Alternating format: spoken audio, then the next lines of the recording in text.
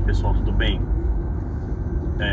Em primeiro lugar, eu invoco o Senhor Jesus Cristo de modo que Ele não me deixe cometer nenhuma injustiça naquilo que eu vou falar a partir de agora. O objetivo do vídeo de hoje é falar para vocês sobre a situação dos Estados Unidos, aonde o Partido Democrata tentou aplicar um golpe de Estado e um golpe de Estado que acabou falhando formidavelmente, tá? E mostrar que isso talvez marque o fim do Partido Democrata e mesmo dos Estados Unidos tal como nós o conhecemos hoje, tá? Para mim, o que nós estamos vivendo hoje é uma mudança profunda na estrutura da política norte-americana e isso vai impactar o mundo inteiro, tá, pessoal? Nós estamos de fato vivendo uma mudança de era muito similar àquela que aconteceu em 1989, com a perestroika.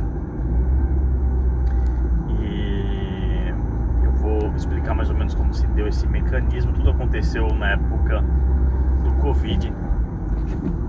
O Covid, na realidade, foi apenas uma resposta desesperada, tá certo, dos democratas em relação ao governo Trump, quando eles perceberam que pelas vias eleitorais e do debate público aberto seria simplesmente impossível de destruir Donald Trump. O Partido Democrata e todo o sistema globalista ocidental.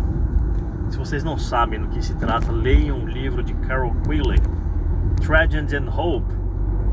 Para mim, o melhor livro, um dos melhores livros de história já escritos na história da humanidade. Se você quer compreender, pequeno parênteses aqui, como as coisas funcionam, leia esse livro, tá? Que conta toda a história do Ocidente, desde o século XIX até mais ou menos 1960, tá? É um livro formidável.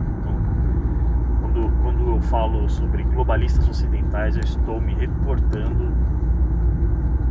às pessoas e ao grupo cuja história é descrita nesse livro, tá certo? Fechando parênteses.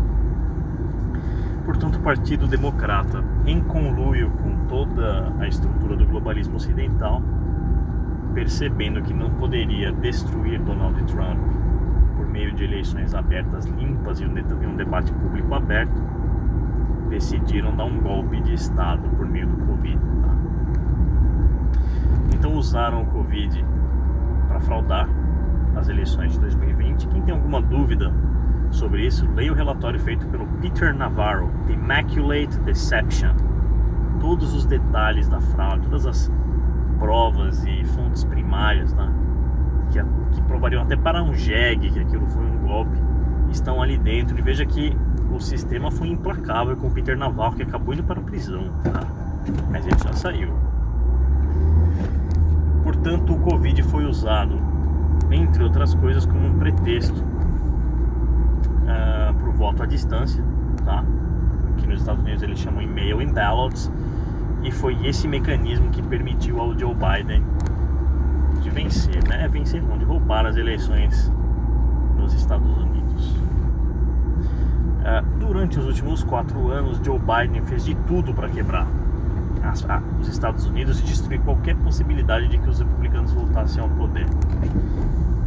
E ele o fez aumentando formidavelmente o valor da dívida americana e usando esta grana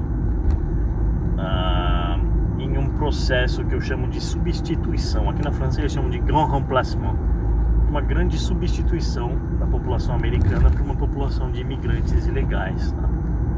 Então eles o fizeram de forma sistemática, com o dinheiro da USAID e de outras agências que compõem o chamado Deep State americano. Parte desse dinheiro continuou a fluir para outras instâncias em todo o mundo, tá certo?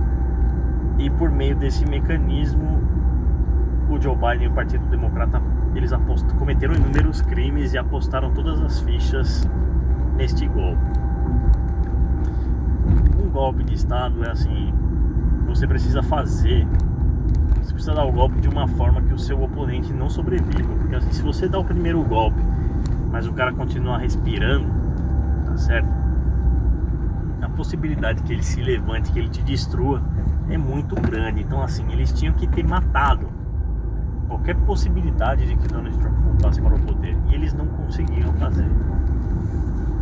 Em paralelo, Trump foi assimilando os golpes de uma forma resiliente e com a organização que ele da qual ele dispunha e do suporte que ele ainda tinha dentro do Partido Republicano, ele conseguiu implementar algumas leis no âmbito estadual que o permitiram vencer as eleições desse ano, tá certo?